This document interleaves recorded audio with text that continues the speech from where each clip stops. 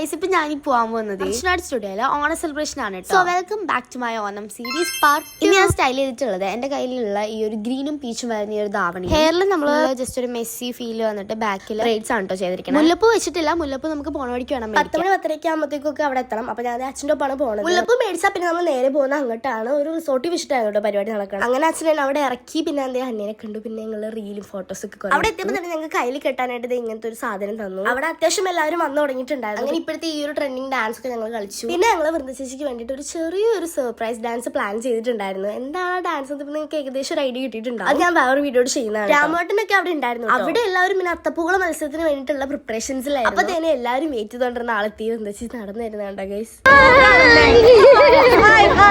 വൃന്ദ ചേച്ചി വന്നത് അവിടെ ഫുൾ വൈബായിട്ടോ. ഓരോ ടീം വൈസ് ഉണ്ടായിരുന്ന അത്തപ്പൂക്കളൊക്കെ എല്ലാവരും ഇട്ട് കഴിഞ്ഞു. അതിന്റെ മാർക്കും എല്ലാം ഒക്കെ നോക്കിയതിന് ശേഷം പിന്നെ ഇന്ദു ചേച്ചിയുടെ ആങ്കറിംഗ് ഒക്കെ സ്റ്റാർട്ട് ചെയ്തു. വൃന്ദ ചേച്ചിനെ പിന്നെ നമ്മുടെ വിഷ്ണു ചേട്ടൻ ഉണ്ടായിരുന്നു. വിഷ്ണു ചേട്ടനെയൊക്കെ സ്റ്റേജിലോട്ട് ഇൻവൈറ്റ് ചെയ്തു. രാമേട്ടനെ സ്റ്റേജിലോട്ട് വിളിച്ചപ്പോ മനസ്സോടെ പോകുന്ന കേട്ടോ കാണാൻ.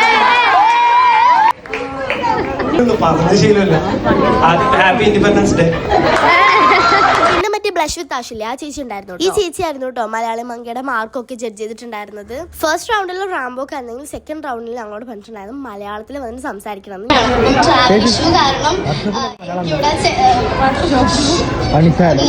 വരാൻ യാത്ര ബുദ്ധിമുട്ടുള്ളത് കൊണ്ടിട്ട് മങ്ക മാത്രമല്ല ശ്രീമാന്മാരുടെയും റാംബോക്ക് ഉണ്ടായിരുന്നു. വിഷ്ണു ചേട്ടനും ജാസി ബ്രോയ്ക്ക് ഉണ്ടായിരുന്നു. ഞാൻ രണ്ടിത്താത്തമാര് പിന്നെ മക്കള് അല്ല അവരുടെ മക്കള്. എൻ്റെ പേര് വിഷ്ണു, കോഴിക്കോട് നിന്ന് വരുന്നു. നന്ദി, നമസ്കാരം. എല്ലാവർക്കും വിശക്കുണ്ടെന്ന് അറിയാം, അതുകൊണ്ട് വേഗം തീർക്കാം.